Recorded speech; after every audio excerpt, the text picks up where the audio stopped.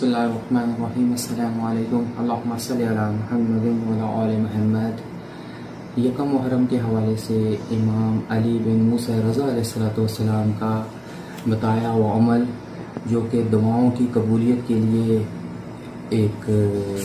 مستجاب عمل ہے اور ازمودہ عمل ہے، خاص طور پہ وہ اولاد جو بے اولاد ہیں ان کے لیے، اور ایک ازمودہ عمل ہے۔ یہ حدیث ایک طویل حدیث ہے، اور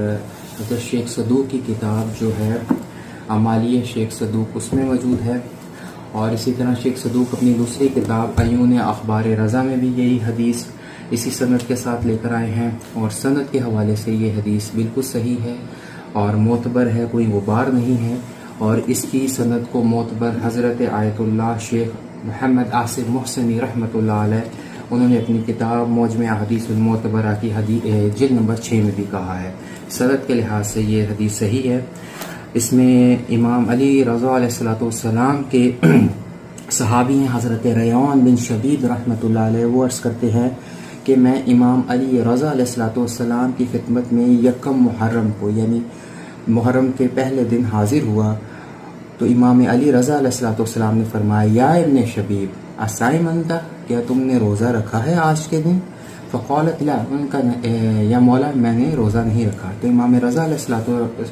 السلام نے فرمایا ان ھذا الیوم، یہ جو آج کا دن ہے یعنی یکم محرم کا جو دن ہے، یہ وہ دن ہے جب حضرت زکریا علیہ السلام نے اپنے رب سے دعا کی تھی۔ کون سی دعا کی تھی؟ اولاد کے لیے دعا کی تھی۔ وہ کیا تھی؟ سورہ آل عمران کی آیت نمبر 38، رب ھب لی من لدنک ذریۃ طیبۃ انک سمیع الدعاء، اے رب مجھے اپنے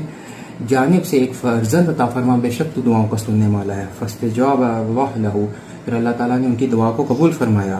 اور ملائکہ کو حکم دیا کہ زکریا کو پکارے، اور اس ٹائم زکریا کس حالت میں تھے؟ وہ محراب میں کھڑے دعا مانگ رہے تھے۔ اس ٹائم اللہ نے جب دعائیں مانگی تو اللہ تعالیٰ نے فوراً فرشتوں کو کہا کہ اس کو زکریا کو پکارو، اور سورہ آل عمران کی اگلی ہی آیت نمبر 38 میں اللہ فرماتے ان اللہ یبشرک بیحییٰ، اور ہم نے بے شک جو اللہ نے بشارت دی زکریا علیہ السلام کو حضرت یحییٰ علیہ السلام کی۔ فمن صام ھذا الیوم، امام علی رضا علیہ السلام فرماتے ہیں جس نے اس دن روزہ رکھا پھر اللہ تعالیٰ سے دعا کی تو اللہ تعالیٰ اس کی دعاؤں کو قبول کرے گا، جیسے کہ حضرت زکریا علیہ السلام کی دعاؤں کو قبول کیا۔ یعنی کہ یکم محرم کو جو انسان روزہ رکھے اور پھر اللہ تعالیٰ سے دعا کرے، عمومی طور پر کوئی بھی دعا کرے تو اللہ تعالیٰ اس کو مستحب